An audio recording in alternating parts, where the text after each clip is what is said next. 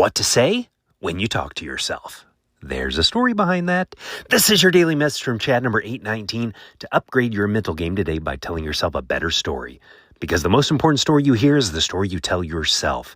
This message is dedicated to Shad Helmstetter, author of What to Say When You Talk to Yourself. Here's the upgrade. Taking control of your self-talk is like choosing which apps you're going to have on your smartphone. Here's the story.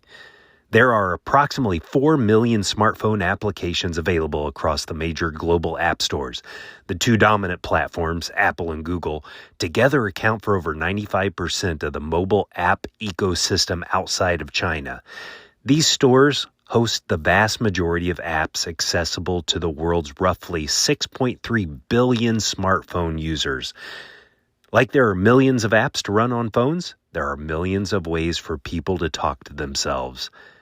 This is a helpful analogy of the way you think and apply your thoughts in the real world.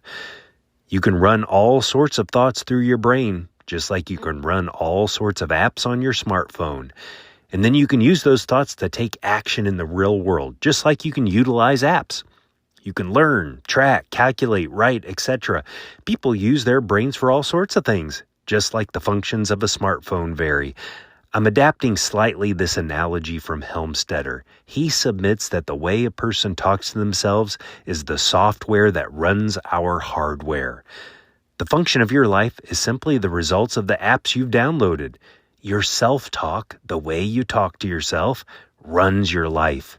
In his book, Helmstetter outlines 5 levels of self-talk. For ease of application, I've alliterated them. Level 1 is resignation. Level 2 is recognition. Level 3 is responsibility. Level 4 is replacement. And level 5, revelation. I recommend going to readinggraphics.com. I've linked to it on my site, where you can find a summary. I'll briefly walk through these 5 levels here. Level 1, resignation, is the sort of self-talk characterized by words like I can't or if only I could. It's negative. Level 2, recognition, is characterized by words like I need to, I ought to, or I should. Examples include I need to lose weight or I really ought to be more punctual. Level 3, responsibility, is the point of change. It represents a firm decision to do something. It's characterized by words like I never or I no longer. Examples include I never break a promise or I no longer eat more than I should. Level 4, replacement, is identity. It's characterized by words like I am or I have.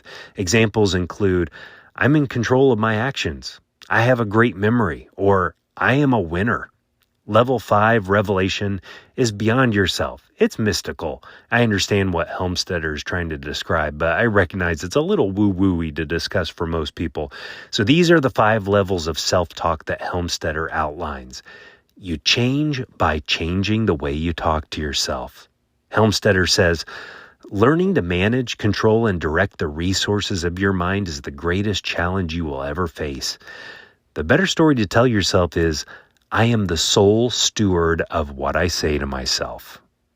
The greatest challenge you will ever face is mastering yourself, and the greatest component to mastering yourself is to master your mind, which is being a good steward of how you talk to yourself. Tell me a story about the power of self-talk to fromchadsmith@gmail.com. Will you send this to someone you think would benefit from this story right now? You can download my book, The Most Powerful Story in the World, by going to fromchad.gumroad.com. The transcript of this message and hundreds of others are always available at www.fromchad.com.